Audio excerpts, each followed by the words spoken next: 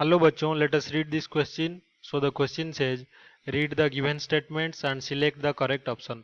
तो यहाँ पे जो स्टेटमेंट है वो पढ़ना है और उसको पढ़ के उसके हिसाब से जो करेक्ट ऑप्शन है वो चूज करना है। तो स्टेटमेंट क्या है? पहला, the planet Saturn can not float if put in water. तो जो सैटर्न है शनि, वो पानी में तैर नहीं सकता अगर उसको पानी में छोड़ा जाए। तो स्टेटमेंट टू क्या है?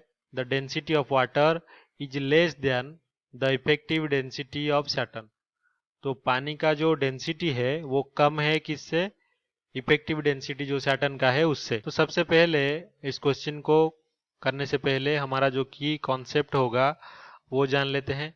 तो पहला जो हमारा की कॉन्सेप्ट है ये है कि अगर किसी सब्सटेंस का जो डेंसिटी है वो वाटर के डेंसिटी से अगर कम हुआ तो ही वो फ्लोट कर सकता है। तो हम लिख सकते हैं कि डेंसिटी ऑफ वाटर, ये अगर क्या हुआ? ग्रेटर देन हुआ किससे?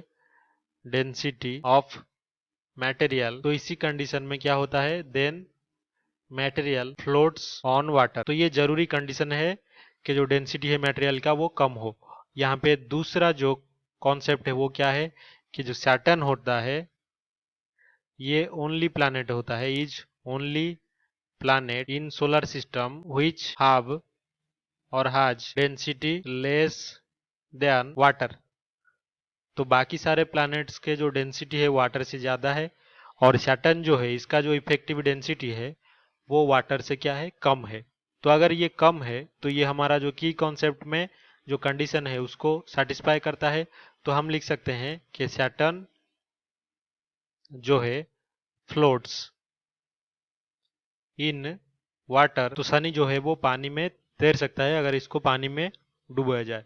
तो पहला जो हमारा ऑप्शन है कि statement one and two are true, तो ये बिल्कुल गलत हो जाएगा क्योंकि हमने पहले से ही देख लिया कि जो स्टेटमेंट वन है ये गलत है, क्योंकि यहाँ पे लिखा है कि Saturn can not float if put in water. तो ये तैर नहीं सकता, नहीं ये बिल्कुल तैरता है। तो ऑप्शन बी क्या है? Statement one and two are true. के जो स्टेटमेंट वन है ये तो ट्रू है, हमें पता है। जो स्टेटमेंट टू है वो क्या है कि density of water is less than that of effective density of Saturn. लेकिन हमने देखा कि सैटर्न का डेंसिटी वाटर से कम है, वाटर का उससे ज्यादा है। तो जो स्टेटमेंट टू है ये भी गलत है। तो ऑप्शन बी जो है ये भी गलत हो जाएगा। तो ऑप्शन सी क्या है? Statement one is true but statement true two is false. तो बिल्कुल हमने ऐसा ही देखा कि जो स्टेटमेंट वन है ये ट्रू नहीं है, ये गलत है, और स्टेटमेंट टू जो है ये भी गलत है। तो दोनों ही स्टेटमेंट यहाँ पे गलत है। तो ये ऑप्शन सी भी गलत हो जाएगा। ऑप्शन डी क्या है? Statement one is false but statement two is true. तो ये भी नहीं होगा।